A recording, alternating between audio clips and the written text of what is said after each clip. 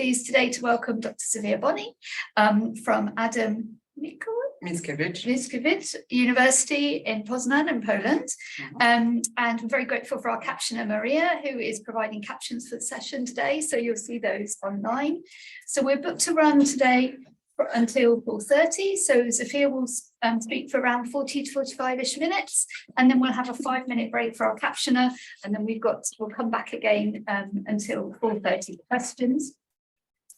So that climate change is an issue that we as researchers are concerned about and trying to find ways to grapple with is perhaps evidenced by we can see the popularity of the talk today of people coming in, and that we recognise that climate change is not only an environmental emergency, but also a health emergency, calls particularly on those of us who work in this field to think about how we work in this and what we can contribute to this. Drawing us to think about questions around inequality and the diverse and uneven relations that contribute to and result from our changing climate, as well as how we might bring together the kind of larger seismic shifts and statistical data around this at that kind of wider environmental and population level into conversation with the everyday experiences of people and communities.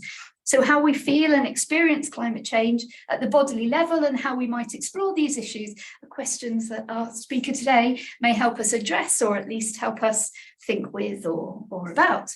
So Dr. Sofia Boni is Assistant Professor at the Institute of Anthropology and Ethnography at AMU, where she is a PI on the collaborative transdisciplinary international project on climate change entitled Embodying Climate Change, Transdisciplinary Research on Urban Overheating, which her talk today will draw on. More broadly, Sofia's interests concern the role of food, and as she described, its symbolic meanings and visceral effects, and above all, the ways in which it's used to create and sustain or rupture and challenge the multitude of social relations. And perhaps that's a kind of approach we'll see from you today as well. So Sofia is interested in food as a methodology too, studying how food mediates both the intimate relations of a mother and child, as well as the more formal state level relations and global trends. And Sofia's particular focus within this is on children and food, the subject of her PhD, Anthropology and Sociology at SOAS, which studied negotiations regarding feeding children in Warsaw, supervised by Harry West, our hoster, and her fellowship from the National Science Centre in Poland on the social dynamics of childhood obesity in Poland. And of course, her recent book, published by Berkan in 2023, Feeding Anxieties, the Politics of Children's Food in Poland. So Sofia's more recent publications are drawn from her work on embodying climate change, with collaborative papers that take an interdisciplinary approach to heat, and more broadly reflections on working interdisciplinarily in this field. So really fascinating subjects that I'm really looking forward to hearing more about today. So thank you so much. I'll pass over to you, Sofia. Thank you, Becky, so much for introducing me and inviting me, and thanks everyone in the room and online for coming and joining me in thinking about climate change as a process of embodiment. So I'll just dive in and start right away. And I want to start with a little exercise. So I would like to ask you to please close your eyes if you don't mind. Do you remember when was the last time you experienced heat? Was it last summer or years ago? Or perhaps recently? Think about this moment. Feel it. Do you know what was the temperature? Does it matter? Do you remember your surroundings? Where were you? Were you at the beach by the sea? If so, then leave and think about an urban heat. Think of a city during a hot summer. Have you experienced that? Were you alone or with someone? What were you wearing? Did something cover your head? What did you see? What did you smell? What did you hear? Have you used any tools or devices to adapt? Maybe you drank water or used a fan or an AC. How did your skin feel? Were you happy? Were you frustrated, tired, in pain? Did you read or hear about heat waves in the news? How did that make you feel? Were you worried about someone, your parents or grandparents, your children, your pets, or your plants? Has this disturbed your day or your plans? Or was it a nice and pleasurable experience? How long did it last? Feel the heat again in your body. Is that a new feeling, or have you experienced that every summer? Have you noticed a change? Now open your eyes. It's okay if you could not immediately remember such an experience. Heat is extremely ephemeral and fleeting, and we, and by that I mean both individuals and institutions, tend to forget about it when it passes and then suddenly remember again about it every summer. which makes it a tricky but also a very interesting object of study. And what I want to discuss today is the process of embodying urban heat and climate change. And here's how 69-year-old Martin, one of the research participants, described his experience of a heat wave in Madrid. There was an emptiness, like a type of pollution bomb that left the city in a hot environment with a heat and sandy winds from the Sahara Desert. There was a tonality that could be a metaphor for climate change in its concrete form. But this is a bodily sensation because if you take a picture of the empty square, you can only see the empty square. But you can try to explain it when you sense it, when you feel it, when you see the sky with colors that are not normal, and you realize that we are just at the beginning of July. It's not easy to capture that. What is happening are apocalyptic sensations, these heat waves that are more common. The world is changing. Heat waves are different from what they were before. I don't know if it has to do with the asphalt. There are probably other factors as well, but it has to do with a feeling of exhaustion, leg pain, and difficulty walking. There is something wrong with cities if when the heat arrives, you cannot leave your house. So Martin reflects here on his sensory experience of urban heat and climate change, emphasizing both the apocalyptic change and the role of urban environment and infrastructure in the process, things that I will be unpacking during my talk today. And the plan for the presentation is that I'll start by briefly talking about the research project, the MT project that is the basis of this talk. Then I'll talk a little bit about the theoretical framework and framing climate change as the process of embodiment, and then focus mainly on the empirical case, so urban heat, and then at the end draw some conclusions.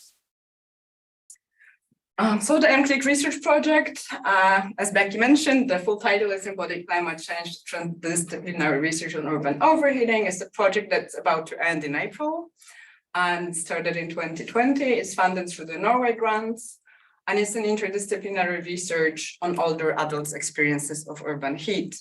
And we focus on two European cities, Warsaw and Madrid, because we wanted to bring together two cases, one in which both geographically and culturally people, as well as cities, are more used to heat, and another place, Warsaw, where historically, again, people and institutions and the whole city was much more used to heat, cold and dealing with cold rather than dealing with heat.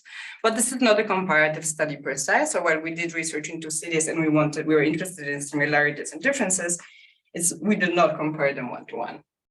And it's an interdisciplinary project. So we have physicists, sociologists, economists, epidemiologists, climate scientists, and environmental engineer, and cultural studies scholars and social anthropologists in the project.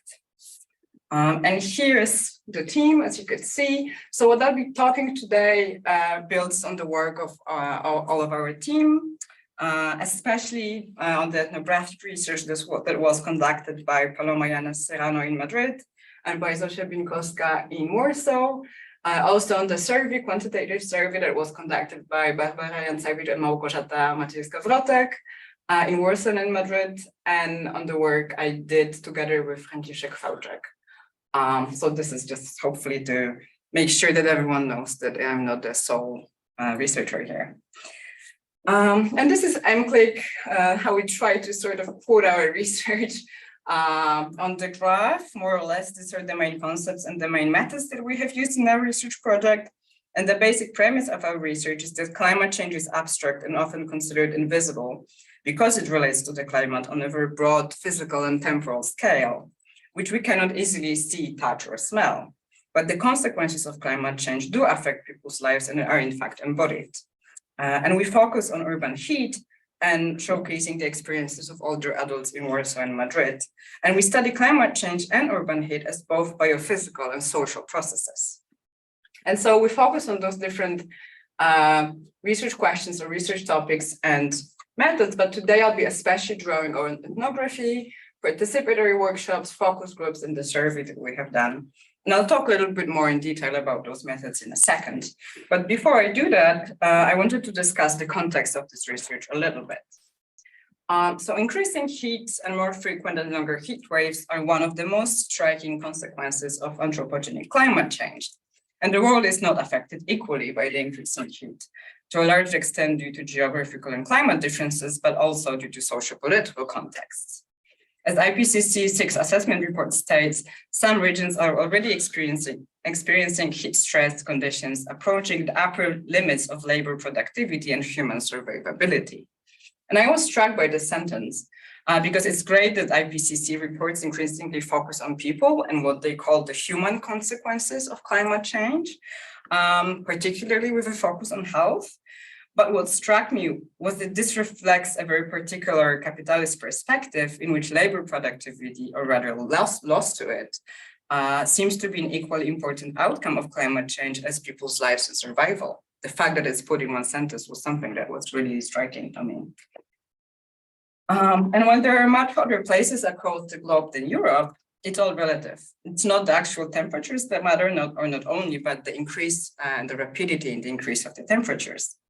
And Europe has been recognized as one of the hotspots in the Northern Hemisphere. And actually only on Monday, the European Environment Agency has published a report on risk assessment to the European Union, which indicates that Europe is the fastest heating continent and lists heat stress as one of the main risks we are facing. And urban heat is a particularly a big problem due to the urban heat island effect, which means that due to the materials and the heat produced within the city, part of which actually are AC use in the city, that the temperatures in the city center could be even a few degrees higher than outside of the city. That's why our focus on urban heat particularly. And one of the most vulnerable groups to heat are adults above 65 years old, next to infants, people with cardiovascular problems, and those living in difficult socioeconomic situations, as well as manual workers. And older adults are more vulnerable to heat due to a combination of biosocial factors. So for instance, the thermal regulation and the cooling mechanisms the body is able to do are changing with age. As well as older adults tend to statistically have more vulnerabilities related to their health, hence they're more affected. But there's also a lot of social components to that, especially in loneliness and isolation. And Eric Klinenberg, in his famous research on the Chicago 1995 heat wave, indicated that we have collectively created the conditions that made it possible for so many Chicago older residents to die in the summer of 1995, as well as conditions that make this death so easy to overlook and forget. And it is the combination of these physiological and social factors that make older adults a particularly vulnerable group to heat stress. And usually the focus on age and heat stress is reduced to morbidity and mortality, as it is dominated by epidemiological research. So for instance, here is a Guardian title that stated that over 20,000 people died in Western Europe in the summer of 2022. And actually the current data estimates that this number is closer to 60 to 70,000 people that died all over Europe due to heat stress in the summer of 2022. And climate epidemiology is an emerging discipline that focuses on the effects of climate change on people's morbidity and mortality. But epidemiology operates with statistics and the scale of the population, and as such, has a great chance of influence policymakers. But in a way, it's also a little bit dehumanizing as it operates only on numbers and with statistics, forgetting about individual people. It also omits the quality of life, people's well-being and happiness, as it focuses mainly on mortality. And here's where anthropology comes in. So in EMPLIC, we're not against the biomedical research related to climate change and heat. We have an epidemiologist on the team and we've collaborated with a medical expert. But all of that focus on the outcome, morbidity, mortality, and health outcomes. And we're interested in the process, in people's well-being and everyday life, in what happens before, in how people's lives are affected by climate change and by urban heating before they end up in a hospital. And focusing on embodiment is one of the ways to dig into that we've been doing. So to say a few words about the framework and how we approach it. So climate change has been studied as a biophysical process, as an environmental process, geopolitical process, statistical and social process, temporal process, and in general, social-cultural process. And what we are suggesting is that it is also a process of embodiment, which of course is related to all of the above, particularly the social-cultural aspects, but focuses much more on the body itself. And there has been research that looked at the body, the senses, or embodiment in relation to climate change, but it has not been explicitly stated or presented as a framework and a new way or a different way for understanding climate change. or at least I have not encountered such research, but if you have, then please get in touch and let me know. I'd be very happy to read more on that and hear your thoughts.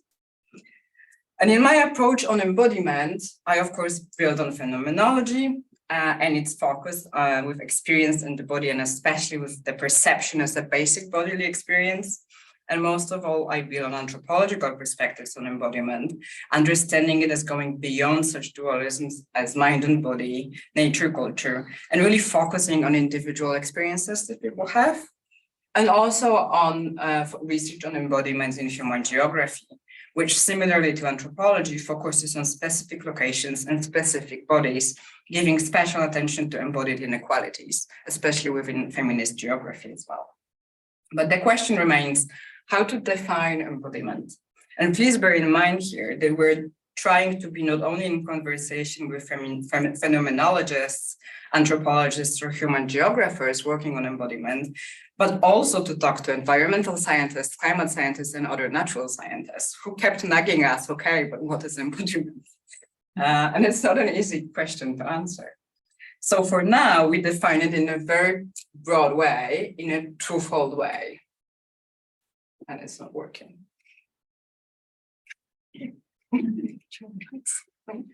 will never know how we define it. That's going to be a cliffhanger.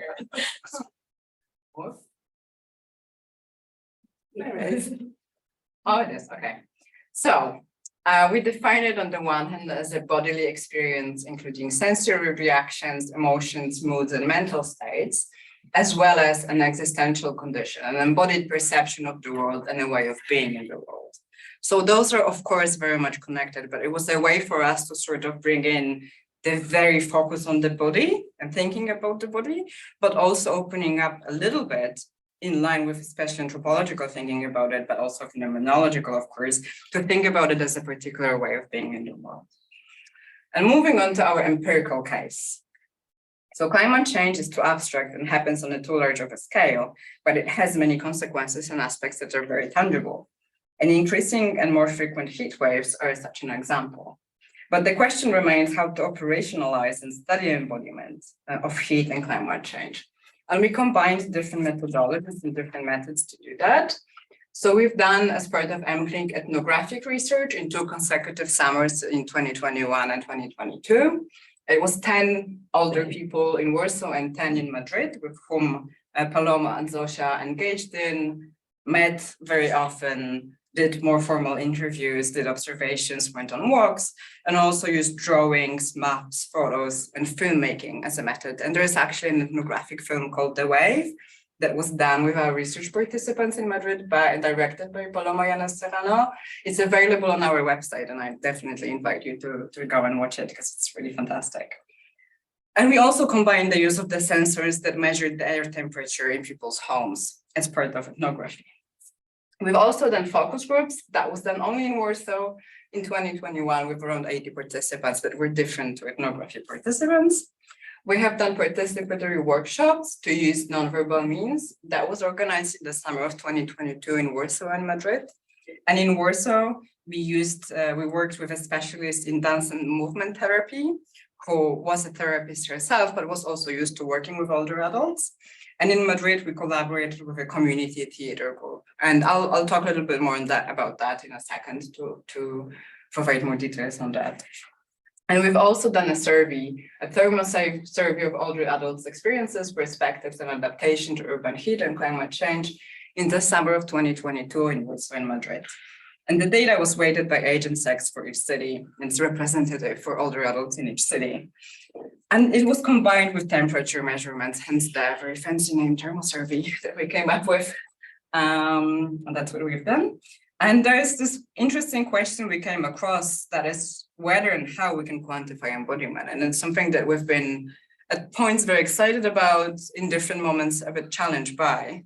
So I would be very happy to talk more to you about that, because it's something with which I'm struggling a bit, of whether we can and whether we should quantify embodiment. And I wanted to show a short clip from the workshop in Madrid, just to give you a sense of what we've done as part of the workshop. And it should work. It worked in a second.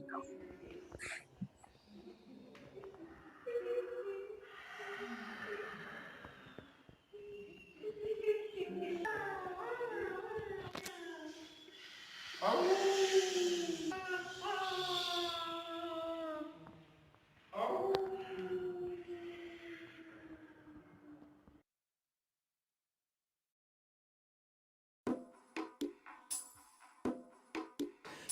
el fuego ardiente del desierto, el aire tórrido de la estepa, la nube opaca y densa que cubre la ciudad. Todo se paraliza a mi paso. Se ocultan las criaturas en las oquedades del terreno y arrastro una lluvia de alacranes muertos, de langostas patirrotas y hormigas voladoras estrelladas contra el suelo. Sí, soy la vida que junto al agua os llevo. Os hago sentir muchas emociones. Ingratos. No veis más allá de vuestras narices. Pues yo soy implacable. El único sonido que me acompaña son las chicharras y los grillos, que están en toda la ciudad y no saben de presupuesto. Cuando me voy, dejo esperanza. Todo puede resurgir. La vida que me he llevado, la vida que aplasto. Vamos pasando por campos y montañas y a nuestro paso todo se doblega, se cae hacia el suelo. Vamos aplastando. No es que nos guste bailar, no, es nuestro cometido. Paso por el mar rápidamente y al llegar a la costa, después de haber cogido algo de humedad, voy desprendiendo la arena que traigo, dejando todo el espacio de color rojizo del desierto. Las calles se iban vaciando y la ola de calor, como un tsunami, lo ocupó todo, imponiendo el silencio en las avenidas. Ansío el día en que llega a cubrir por completo el casquete polar y pueda disfrutar de los hielos lanzados en surtidores de agua mezclada con vapores incógnitos.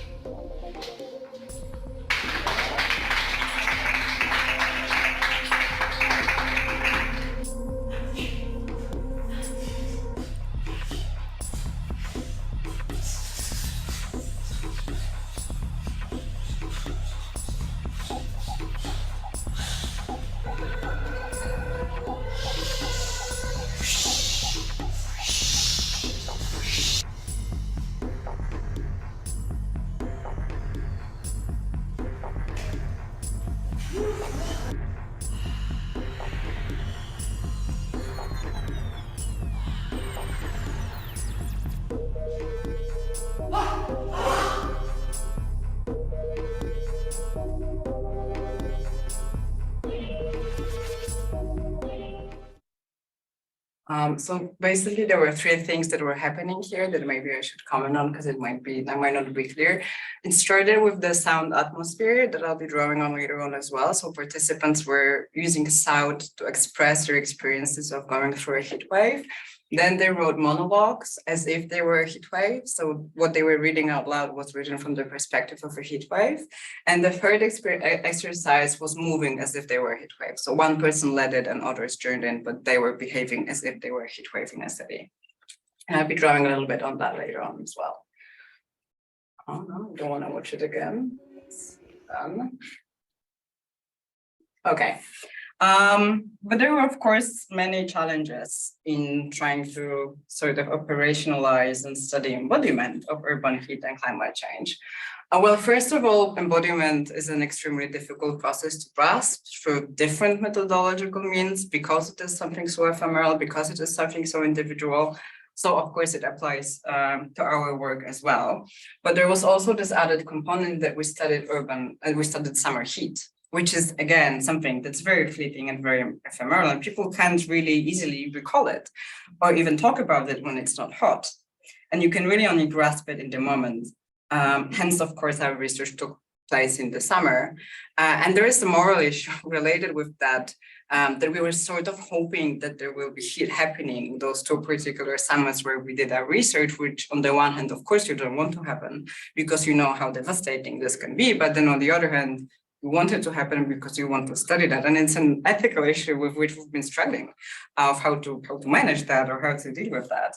And also I found this interesting experience that it matters at which season I present my work, because people relate to it differently when I do it in the summer and when it's hot. And they can easily they've just came out, from the very hot, or they just came out back from holidays, and they relate to it much more viscerally than when I present it in the winter. So it matters that we study it as seasonal thing because it affects our possibilities of studying it and the whole process of doing research. And another challenge with the sensors did not work. So I was really hoping to study embodiment as a biosocial process initially. So the sensors, we were planning to use two kinds of sensors. One on the right here on the photo were the watches that were supposed to measure the skin temperature. And the goal was to then juxtapose the physical measurements of people's bodies via the skin temperature with their subjective experiences and perceptions of the temperature. And that did not work. The measurements were just not valid enough. And the environmental scientists who worked with this data decided that it's just not valid enough. We did use the other kind of sensors, the orange one, the gestral sensors, which measured the air temperature. So we did manage to do that, but that's also just a challenge and the reality of doing research, right? And having this broad ideas of doing studying biosocial aspects of embodiment. And finally, something that I think is also interesting and important to consider is whether it has to be a negative experience. What about people who just love hot summers? What about people who love when it's hot and love the heat? And I think that's also important to keep remembering that. Although truth be told, most of our research participants, even if they were very happy at the beginning of the summer, when it was their first hot days, almost all of them with time started to hate the heat and complain about it a lot and were really affected by it. So even for people who would say sort of from the start, no, I love the heat, I love the hot weather, it doesn't matter to me. It turned out that at least for our participants, it became an issue. Okay, and then in terms of how to operationalize, going back to the twofold definition that I mentioned earlier. So when it comes to thinking about embodiment as a very bodily experience, but also including different sort of senses, emotions, as well as mental states and moods, we found out that Thomas Sorda's concept of somatic modes of attention is very useful for us here. And we distinguished between somatic modes of attention to the body, the mind, social relationships, and surroundings. And that's, of course, for the sake of analysis and structuring the data, because all of those are very much interconnected. And then when it comes for the embodiment as an existential condition, here we focus more on embodied perception, and again, a concept coined by Sordas of embodied imagery. So we sort of use those two concepts as a way to dig into and study and analyze our data. And I'll now finally move on to talk about that. So we asked participants during the workshops to draw their sensations of heat on body maps. And through that, we were able to see that some feel the heat throughout the whole body, both inside and on the outside on the skin, while for others, it concentrates in their head, armpits, or feet. And some feel heat radiating around their bodies, while others feel it in their belly, on their cheeks. And Beata, whose drawing is displayed on the left, described feeling heat in her whole body. She talked about the feeling of being drowning in heat. Difficulties with concentrating and having a very heavy head. Adriana, whose body map is on the right, described her experiences by pointing out specific body parts which are especially affected. Her head, being sweaty in her armpits, palms and feet, which are getting swollen. She also talked about how heat makes it difficult for her to make any decisions and actions, as she feels helpless, weak, and discouraged from doing anything, demonstrating how mind and body are interconnected. And actually on that body map on the right, she wrote tiredness, helplessness, doing nothing as part of her embodied experience of heat. And here's how 73-year Barbara, a participant of ethnographic research in Warsaw, described her experience. It was such a miserable vegetation. Well, I went wherever I could go, but then it was like my mind was completely swollen. Actually, I was just lying, watching the TV. I fell asleep, I looked somewhere, I don't really understand what's going on. It doesn't really reach me. It was, for the first time, I felt such a wasted period of my life that it was completely out of the way, that I didn't do anything. Normally, I have to do something to pretend to be alive, to feel to be alive. But it was just sort of, I don't know, like some kind of a drug was injected into me. Like I'm just before the operation. I cannot run away from this table anymore. This is like, I don't know what's going on. I'm not able to get interested in anything. I'm thirsty, I'm thirsty. All right, I'm so thirsty now that I'll get up and go do something. It was disgusting too, just disgusting. It was impossible to overcome because the body simply refused to do something. limited its functioning and did not obey any orders. That is, get up. No, absolutely not. I don't like such a hot weather at all. So Barbara's description again shows how body and mind are interconnected in the experience of embodiment of heat. It's really very difficult to distinguish between the two. We also asked the question in the survey during the heat duty experience, and here we gave a list with multiple choices that were based on our qualitative research, more often or more strongly than usual. And you could see the results here for Warsaw and Madrid, and being thirsty, sweating, weakness and fatigue, and problems with sleeping were among those more often reported.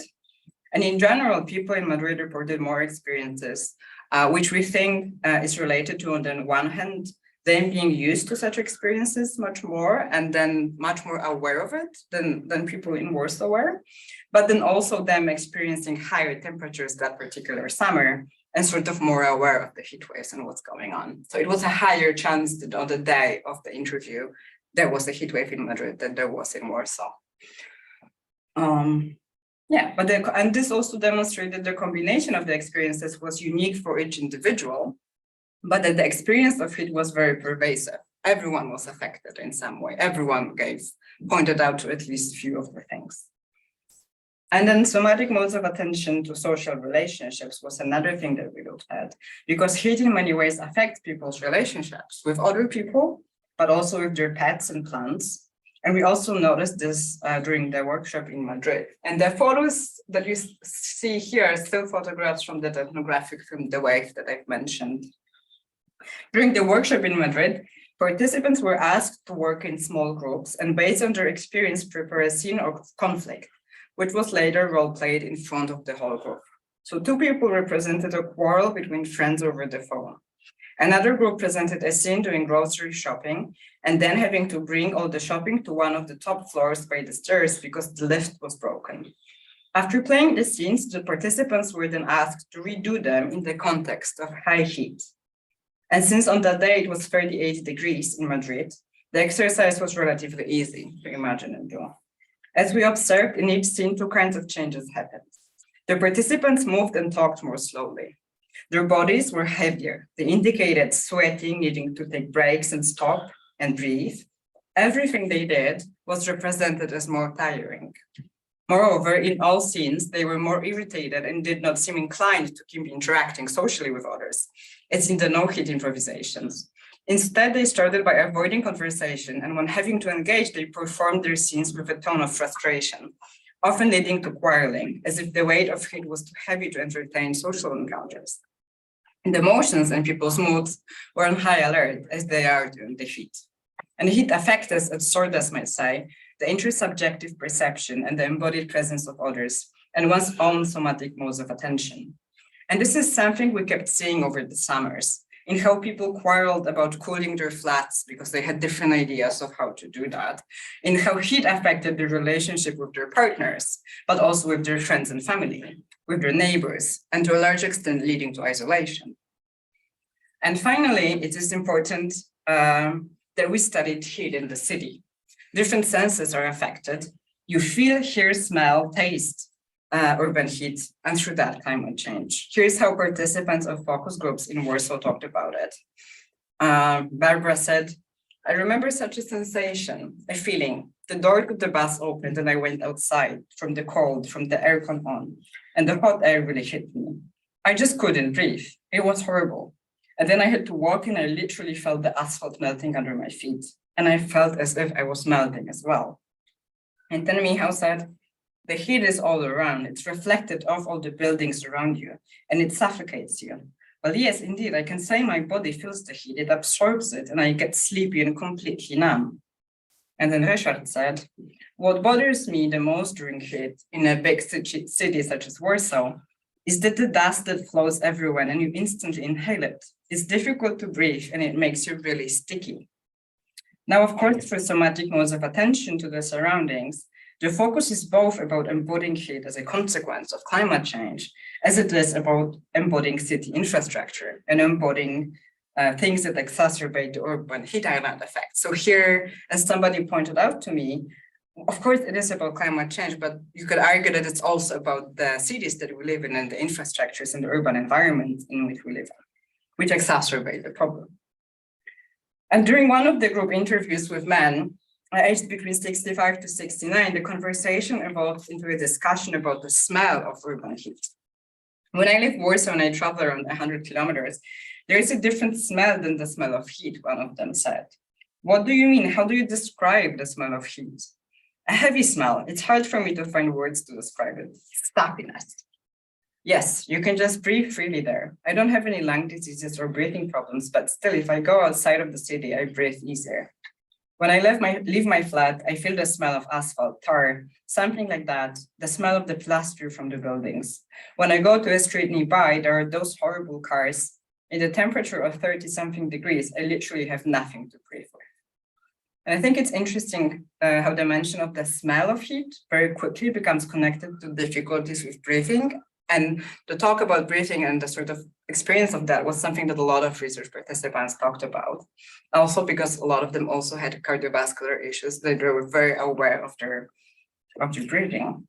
We also observed how people walk around the city in a different way, avoiding sun and looking for shade, completely changing their routes or routines to adjust to heat. They would take a different route to the community center or to the grocery shop just to avoid being out in the sun. The whole bodily way of being in the city changes. And so far I focused on analyzing how the research participants embodied urban heat through their somatic modes of attention to their bodies and minds, relationships, and surroundings. And these were, of course, shaped by their gender, age, their health and socioeconomic situation, which I won't delve in much detail into today. And because increased heat is a consequence of climate change, through all of the mentioned somatic modes of attention, people also experience and embody climate change. But to make this link more explicit, I will focus now on demonstrating how older adults perceive and embody climate change through heat. So another question we asked in the survey was, do you think that more frequent bouts of heat are associated with climate change? And more than 9 in 10 older adults agreed that frequent bouts of heat are associated with climate change. What is perhaps even more important and more striking is that an overwhelming majority agreed that climate change affects their daily life. That was 71% in Warsaw and 88% of older adults in Madrid. And when we look at these questions together, we see that almost 7 in 10 older adults in Warsaw and 9 in 10 in Madrid agreed both that more frequent bouts of heat are associated with climate change and that climate change impacts their daily lives. And of course, their lives might be affected in many different ways. Even by hearing about it on the news, we cannot account for that with that particular question. But still, I find this answer striking as it demonstrates how pervasive the experience of climate change is in whatever form it takes. And before I delve into the conclusions, I wanted to share a description of one more exercise that we have done in the workshop in Madrid. So on a particularly warm afternoon, the workshop facilitator asked participants to close their eyes as they began to imagine the sound atmosphere of a heat wave. She began, how do you imagine a heat wave? What image comes to your mind? Are there people affected by the heat wave? What is transformed by it? Am I in that space? What color is it? Participants were silent as the exercise began. However, still with their eyes closed, they started responding to that last question about the color, saying one after the other, orange, yellow, red, white, black, gray, red, smoke. The facilitators continue. What shape is it? To which Javier answered, it's a gray cloud. Martin added, it's an atmosphere that covers everything and empties the street. Rita said, it's heaviness, it's dense. The facilitator went further. Where is the heat wave? In the forest, Rita said. In the desert, Alicia added. Somebody else said, on the beach, and Martin emphasized, in the city, in the countryside, in your house, in the asphalt, they kept adding. And what happens to the people, the city, the forest? The facilitator asked. Javier started, everything is white, almost dead. Alicia continued, there are no trees, everything is dry. There's no life. Everyone takes refuge at home and in the shadows of the city. Everything is desolated and there are dangerous insects, homeless people, snakes, crickets, tiredness, exhaustion, silence, ants that eat dead animals, hopelessness, people selling ice on the street, emptiness, they all contributed. And if you had to put it into a verb, the facilitator asked, the participants responded, devastate, smash, asphyxiate, run, boil, empty, anguish, paralyze, heat up, impotent. When participants were visualizing heat waves and analyzing the mix of sound and impressions, one participant said she imagined she was on the field, hiding under a branch like a ladybird, and later that she was in a desolate purple desert without life or water. She explained, it was almost like a movie. I couldn't see anything at all, no life or water. I was trying to move forward, but the sun didn't let me. I was feeling decay, tiredness, exhaustion, and a sudden noise was there, the sound of a dying animal. And that's where I found myself, within that sound. Javier said, I was doing the cri-cri of the crickets and had the need to introduce the sound of howling because I thought it was something apocalyptic, the howl of the coyote in the desert. Someone else added, I was a crying child. Alicia added, I kept quiet because what I do in the heat is to shut up and hide. So such an embodied imagery, as Sordes calls it, demonstrated how climate change and heat affected people's existential condition and being in the world. The same distress that leads to bodily and mental irritability and takes participants' imaginaries into different locations, such as empty squares. They connect heat and global warming with different imaginaries of desolation, devastation, and emptiness, demonstrating how they envision climate change and where it leads. So to conclude, there are a few points that I wanted to make to bring it all together. So while climate change seems abstract and disconnected from daily life, the focus on embodiment demonstrates that it is, in fact, happens within and between our bodies. And that it's something that's not happening, it's not going to happen in the future, but it's something that's happening right now. And it enables bridging the global and the individual, personal, affective scales. It also bridges body, mind, and nature-cultural dichotomies. And I think that the framework of embodiment enables us to think of climate change as something much more tangible and less abstract. It also provides a more bottom-up and in-depth understanding of the ongoing processes and emphasizing looking at the processes and not at outcomes. I also think that it humanizes climate change. It showcases the embodied inequalities of climate change, and I have focused here today on age, but there are many other factors, of course, such as the economic situation, race, and ethnicity, and gender that affect how people experience heat and climate change. And finally, the framework of climate change as an embodied process provides insights on adaptation. We do have a bodily capacity to adapt. This is already happening. Our bodies slowly acclimatize to heat, but it's happening on a much slower pace that the temperatures are raising. We can't really match that up. So I think there's an important potential in focusing on the biosocial bodily adaptation to heat and climate change. And with that, I wanted to thank you for listening. Thank you.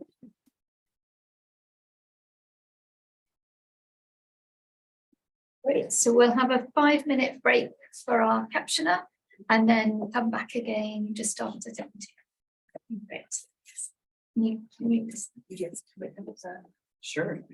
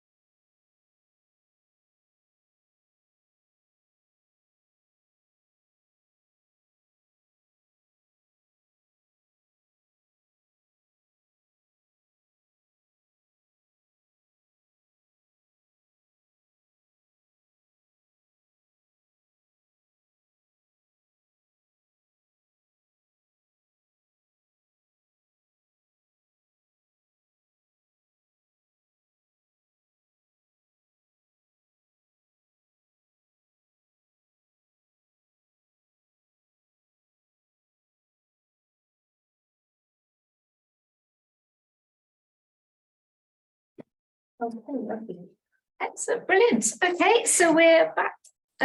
Does anybody have any questions? Sophia, who wants to start us off? Yeah, Harry? Thank you for that. I found that very, very interesting and concerning, as we often do. I was just interested if you felt there was a distinction between people's sense of heat in a context where it was episodic, seasonal, part of a discernible cycle, right? And heat that is associated with a, epical kind of change. And if any of the sort of responses that you got, the data that you collected helped you to kind of parse the difference between those things as something that you endure because this is summertime, or this is what it means to be in this place, or that sort of thing, versus the perhaps heavier kind of idea that this is a trajectory that is continuing, that is unabating, that kind of thing, or if that didn't necessarily enter into it, but psychological dimension to it. Yeah. Should I answer right away, or? Yeah. Okay. Thank you for the question, Harry. I think they were very much interconnected, but there was a difference. And actually, a lot of the research participants talked about enduring heat and sort of making their peace with it, and thinking, okay, we have to survive through it, but we will do it. But what we are actually worried about are our children and grandchildren. So a lot of them framed it in the sense of thinking about the future and them being really, really affected right now, and often in horrible ways, really devastating ways, not only to their physical health, but to their mental health and basically to their well-being. Some of them ended up spending their summers shut at home without seeing their friends or family or neighbors because it was too hot to go out. And also bear in mind that our research came right after COVID. So a lot of them have also just endured 2 years of staying inside because they were asked to stay inside due to COVID. And so they talked about that as well. And now we have to stay inside because it's too hot to go outside. So that also mattered. But I think a lot of them were sort of, especially in Warsaw, accepting that in a way, while they were really, really worried about their children and grandchildren and thinking that they will have to face it even worse, right? That the situation will be even worse. And that's who we are worried about. So I think in that way, the psychological dimension came in that way, that they were thinking about, surviving and making do for themselves, but really worried for their families. We have a couple of people with hands raised online. I think Judy had a question. Go to the first one. There's Dora. Dora, would you like to? Yes, hi. Thank you so much. It was quite insightful. And I because I also read your book, The Feeding Anxieties, last summer.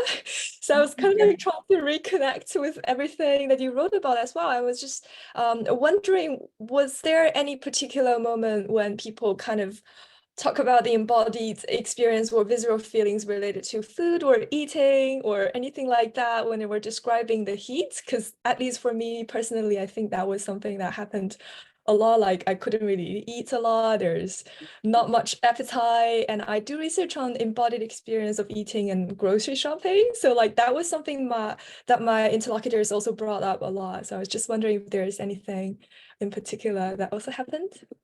Yeah. Thanks, Dora, for the question, and thank you for being the one person who read my book. I really appreciate that. It's very special. So thank you. Yes, I would have probably liked to focus more on food than we did in the end, but it was definitely there in how people talked about their changing routines during summer. So for instance, a lot of them talked about stop eating meat and eating more veggies or not even cooking. And that was especially interesting when you think about gender, because it's usually quite a lot of older adults live alone, but a lot of them live with their partners. And then as typically happens, it is women's role to cook. And we actually are now working on a paper where we write about that because we think that this responsibility for food work and care work that remains through heat puts women additionally in danger, because, for instance, they talked about the fact that they stop ironing clothes or stop vacuum cleaning or stop using the cooker and cooking because it heats up the flat. Sorry. So that was one of the things that we noticed. And then also like the thinking about foods that cool you down, I think is also an interesting thing, right? Obviously ice cream, but also a cold beer was something that, especially in Spain, was something that was very commonly mentioned as a thing that cools you down.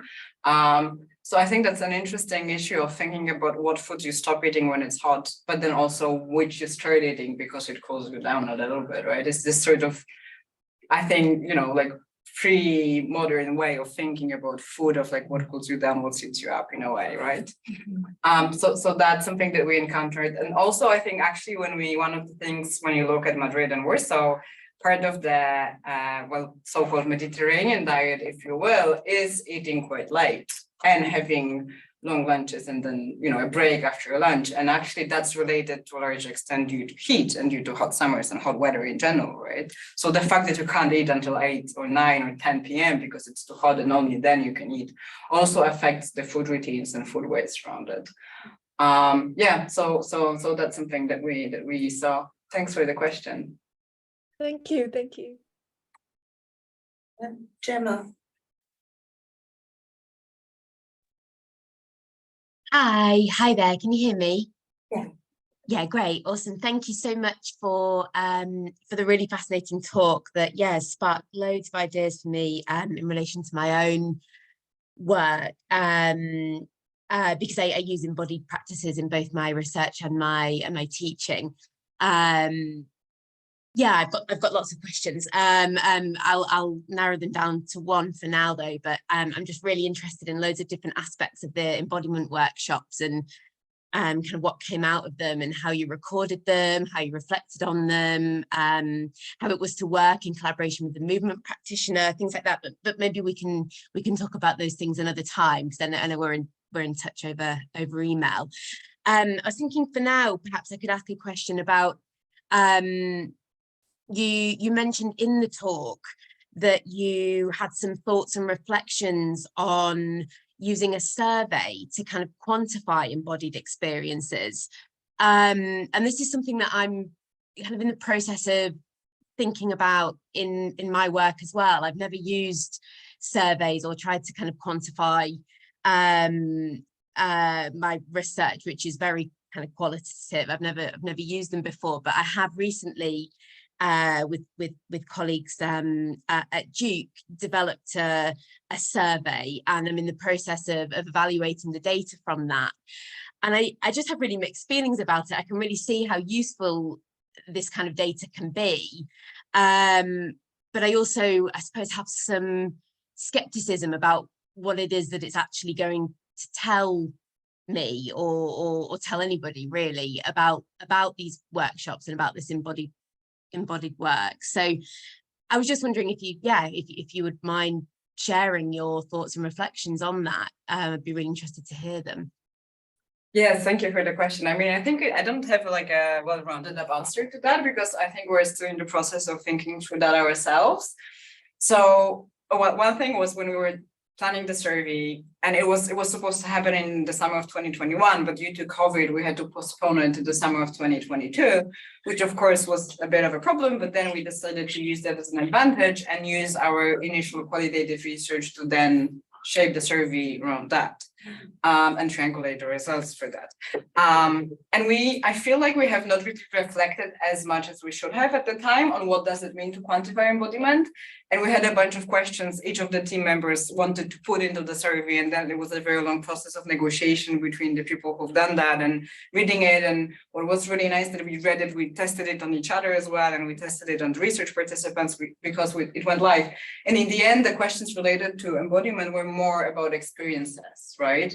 And then when we started that, we got the data from the survey, and our quant researchers came back to us, and we started working on the article on embodiment, and they came up with this data. And my first reaction was sort of like, wait, we can't really quantify embodiment, can we? And then we realized that it was sort of started quite late to in the conversation. I think we've settled on the fact that what we quantify there are people's experiences rather than embodiment, because we've decided that, and you could argue that it's more or less the same, but it really is not in the end, right? And then we're very aware also on the moment of the interview situation.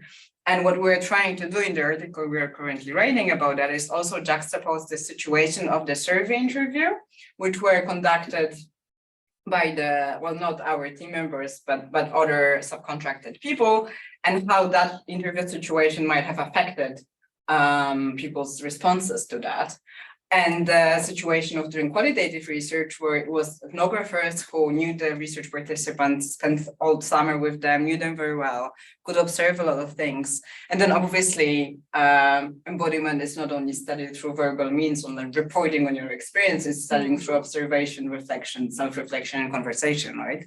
So in that sense, I think we're trying to talk about that in order to juxtapose those findings. But in that sense, I still am not sure whether we can and should quantify embodiment. I think we can try to quantify, as we are doing, the reported experiences related to something. And what we also do is because we were measuring the temperature, we were able to see to what extent the higher the temperature at the moment of the interview, it affected the amount of experiences people reported on. Which of course is not that surprising, but it is interesting that the higher it was, they were more keen on reporting more because they felt that at the moment, which I think actually in fact might be an interesting way to talk about embodiment, right? Or like experiencing something, that we are able to track and see that the hotter it was, they reported more experiences. So there are ways to, I think it's useful, and I think it's a great exercise, a methodological exercise to do that, but I completely share your concerns about what are we actually doing this and what are we actually quantifying, right? So I think there's a lot of caveats that need to come with that. That it was the situation of the interview, we don't know how the interviews react, like we can't really, it's a different context than doing qualitative research. But I think there's value in doing that and attempting to do that, also to make the different methods and different data to speak to each other. So yeah, yeah, no, I look forward to talking more about it sometime. Thank you. Thanks.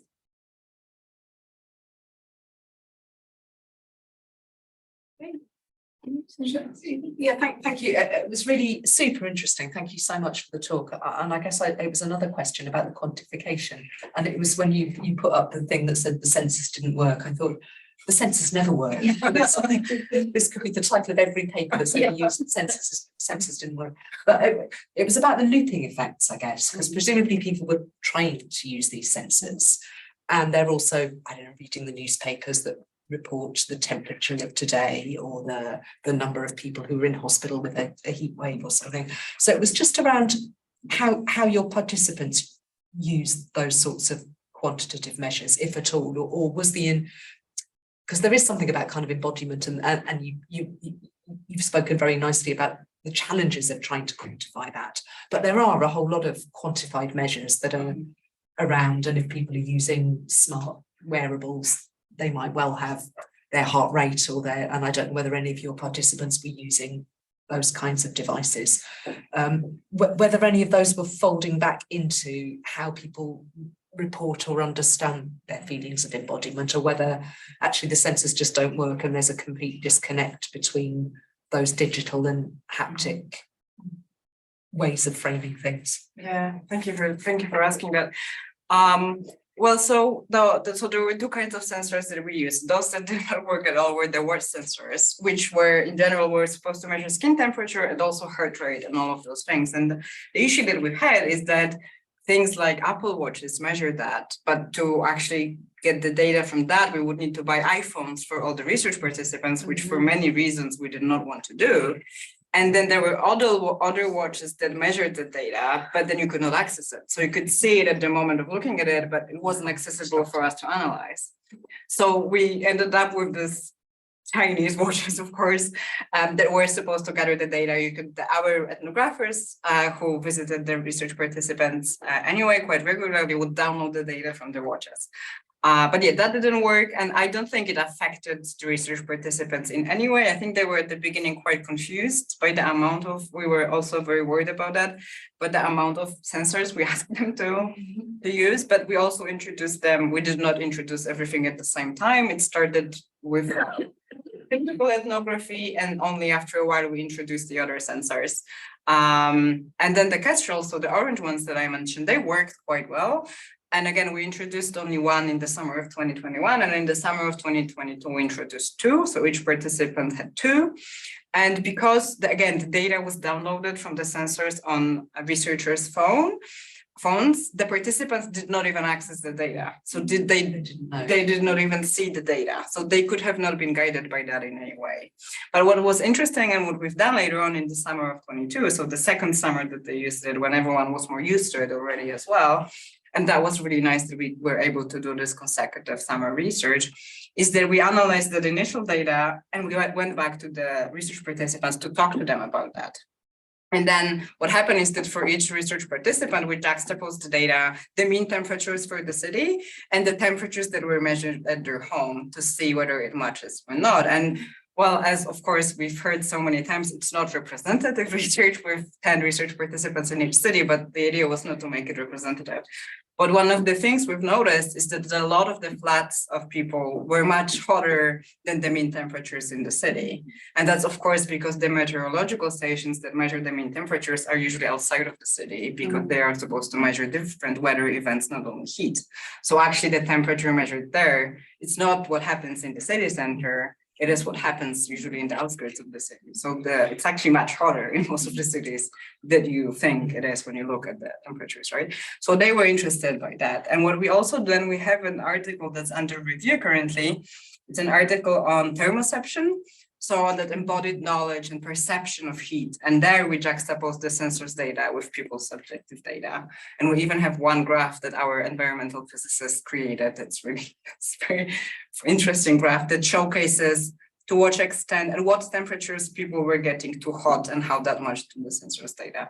So we're really trying to play with those different kinds of data. But to answer your question, I don't think that particular thing affected how they felt, but the media and the access to weather canals and that sort of thing definitely did. It get filtered in. Definitely. And actually we were surprised because one of the things we were expecting would be that, especially this being older adults, that they would be to a larger extent in tune with their bodies in recognizing or predicting the weather.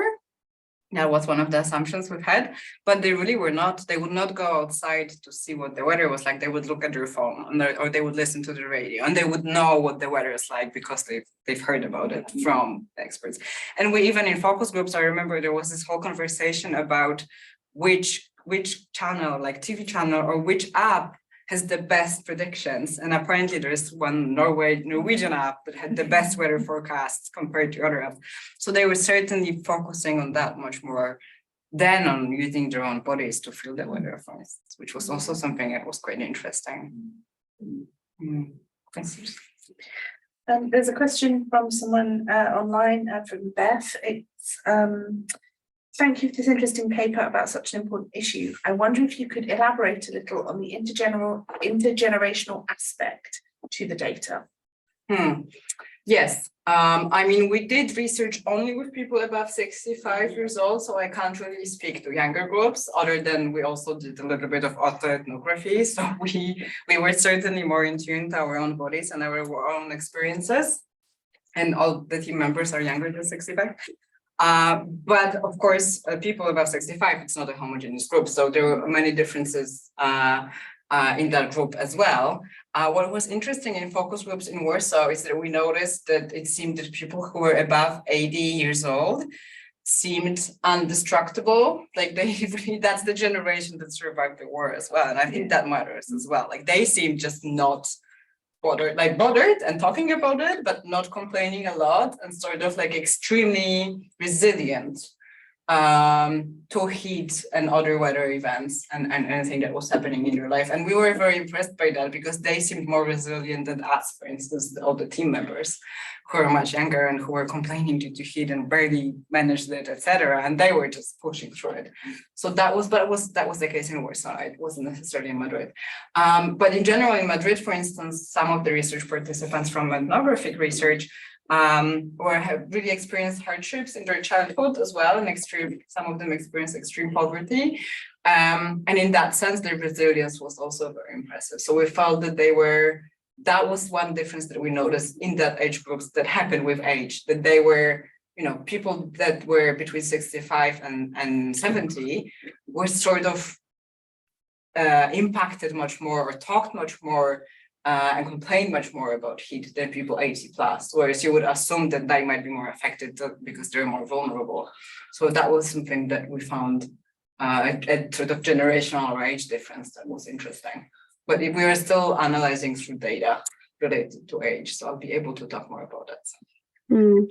Yeah, thank you, Sophia. I was just thinking about what you said about them thinking into the future and the future generations, and so potentially, how the environment and climate change could be a way of like creating solidarity between sort of younger and older age groups. And so I was just thinking about, that aspect of the data, like they're thinking about their future generations, their grandchildren, and how that creates intergenerational solidarity, I guess. Definitely. And I think it's one of those things that people often assume that in general in research on climate change, the focus is much more on younger generations because there's this narrative that this is their future that we're worried about, or this is their future that gets stolen.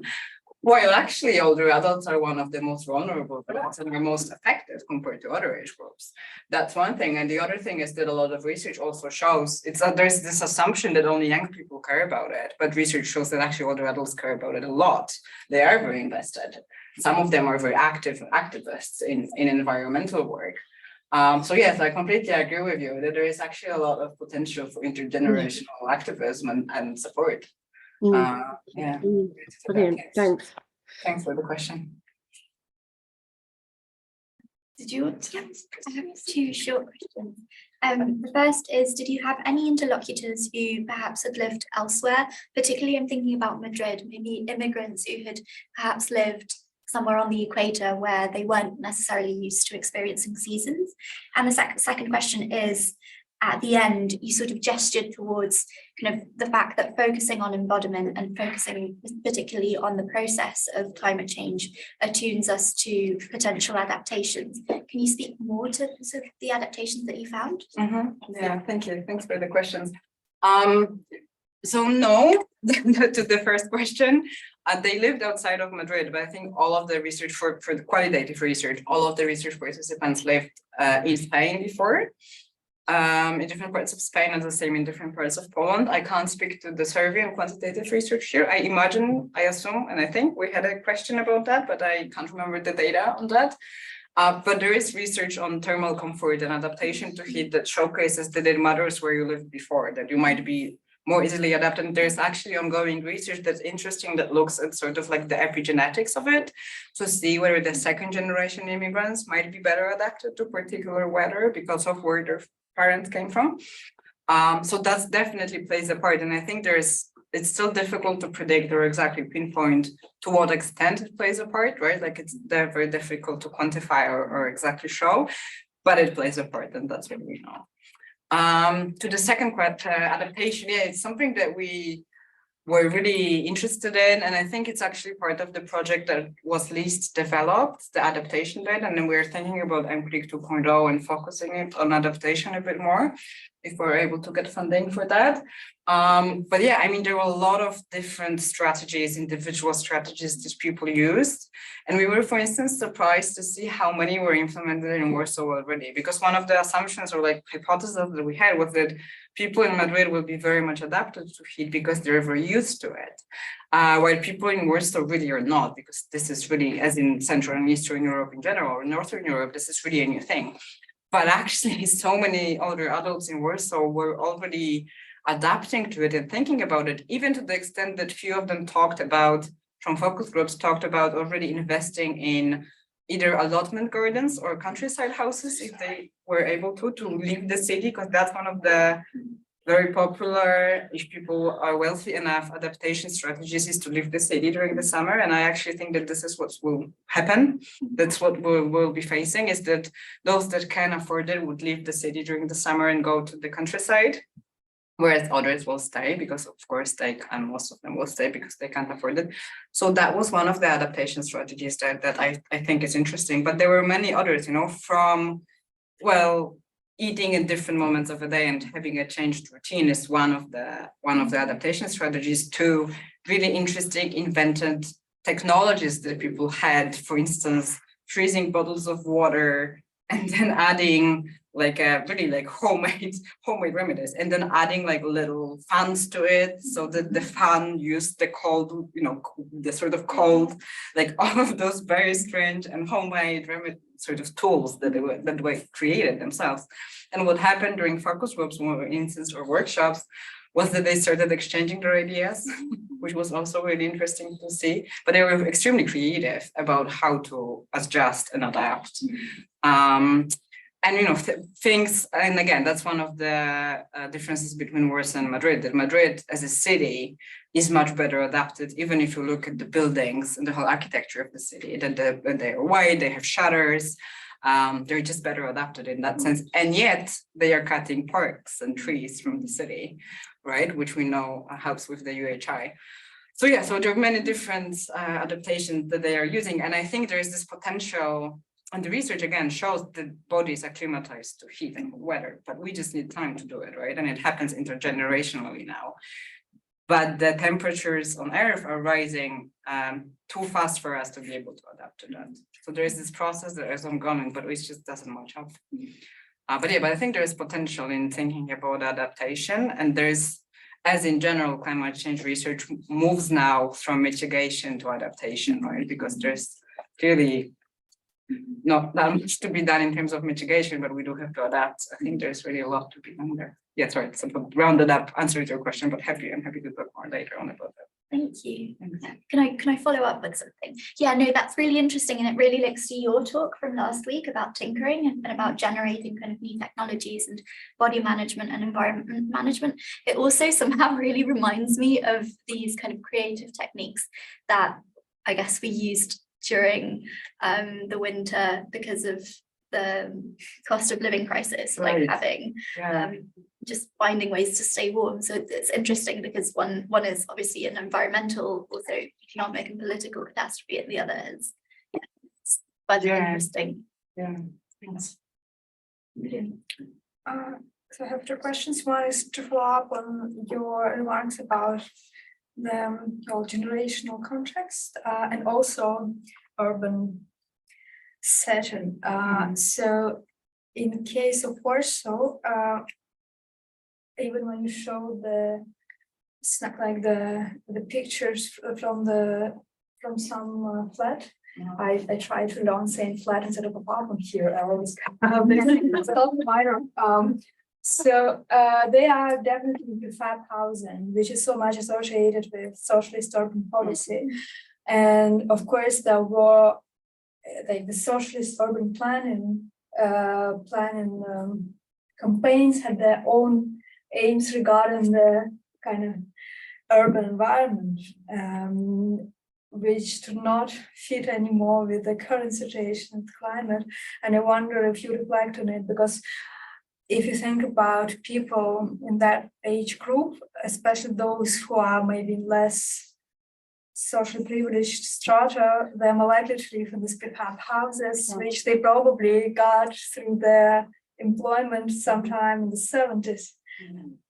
So if that would be also a factor making it, on one hand, it would be harder than in Madrid, but again, I don't know much about housing in Madrid, so how different it is. Another question is more about conceptualization and theoretical framing. And my feeling was that the humanities and social sciences research in climate crisis is very post-humanist or post-anthropocene focused. like with all these concepts like the vibrant matter, agency of things, agency of the matter, and the humans are centered. So the humans really, well, this Anthropocene is going through a huge crisis, and we need to focus, we need to center the human to at least contribute in undoing the damage that the human-centric worldview had done. But it seems, I'm just curious if your project recenters the human on a new level. So it's kind of, it's re-humanist. So it's post-humanist, trans-humanist. So you kind of focus on the environment and back, how it's embodied back in the human. So that we start. Yeah. Thank you. Thanks so much for both questions. So the question about the buildings and the whole city infrastructure, we actually worked, so I mentioned that briefly, but we collaborated as a team with a medical doctor and with architects and urban planners in both cities. And there are reports written that are accessible on our website that are actually analyzing that. So we did an analysis, I mean, they did an analysis in collaboration with us on urban planning and like the different housing, different kinds of housing and buildings in Warsaw and Madrid. And they both did an analysis of in which periods the houses were built and how well adapted they are to heat. And of course, I mean, the best housing is the oldest one, which is interesting, right? Like the interwar period houses in both cities are still the best ones. But then actually it turns out that the houses for Warsaw, that the houses built in the 60s and 70s are still better than the houses built in the early 2000s, because they were still built with better materials compared to what happened in the late 90s, like when capitalism entered, right? In the late 90s and early 2000s. And then the laws related to insulation and energy consumption started entering later on as well. And now there are laws that guide that, right? But there was this period of 20 years when there was nothing, and actually those houses are fully constructed and heat up really in a crazy way. So if you're interested in that, please read the reports. I'm sure they talk more about that than I can speak to at the moment. And in terms of the focus on the humans, yes, I mean, I don't know if I would say it's a transhumanistic and how much of a rounded trip we did, but we definitely were interested in people's experiences.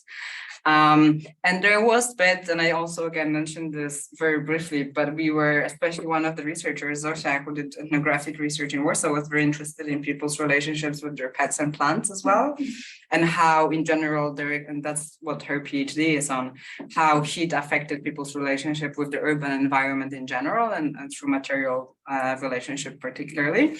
But yeah, I mean, I would say we're definitely interested in the humans and sort of, I think it also makes it a little bit easier perhaps to collaborate with natural scientists as well.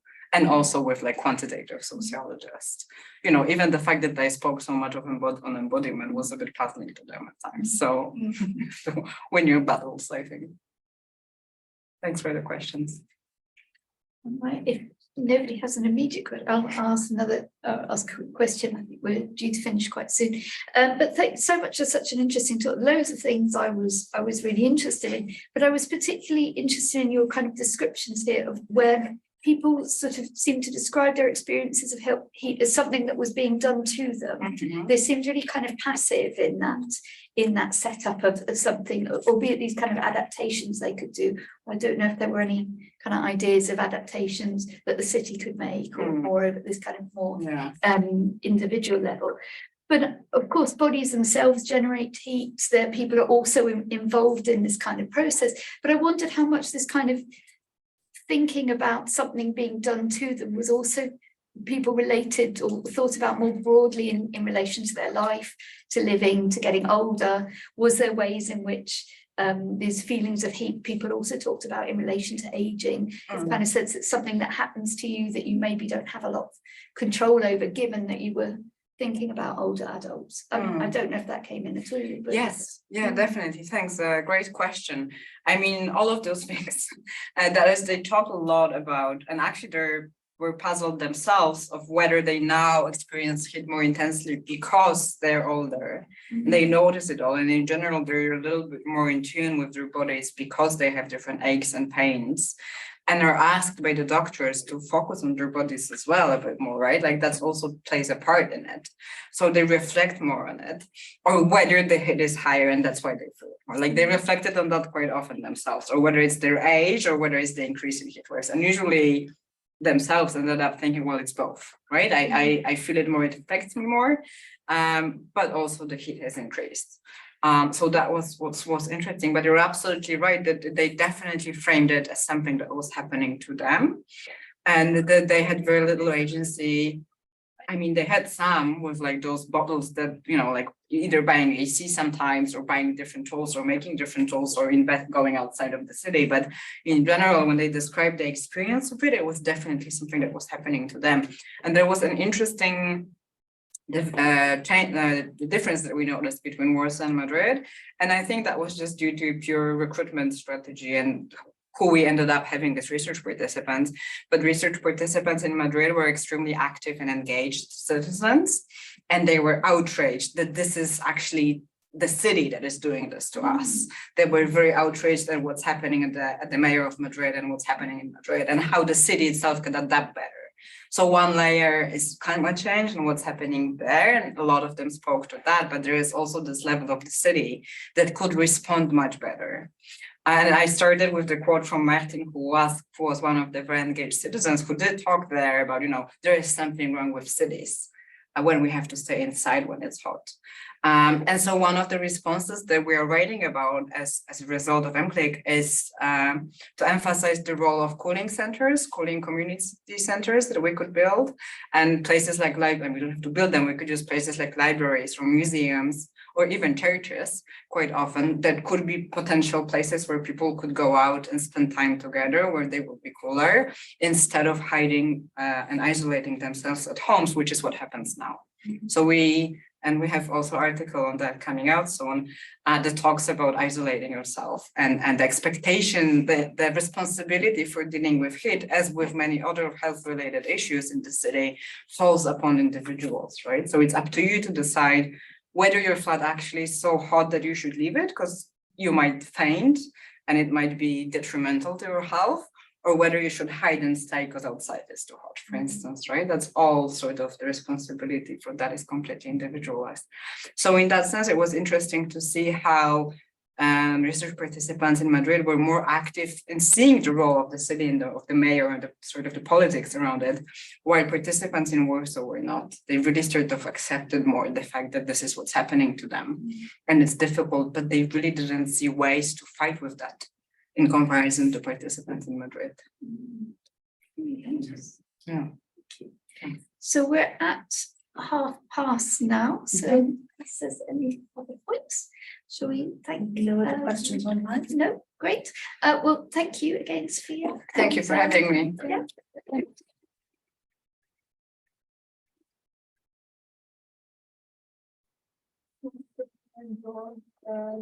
More about the different status.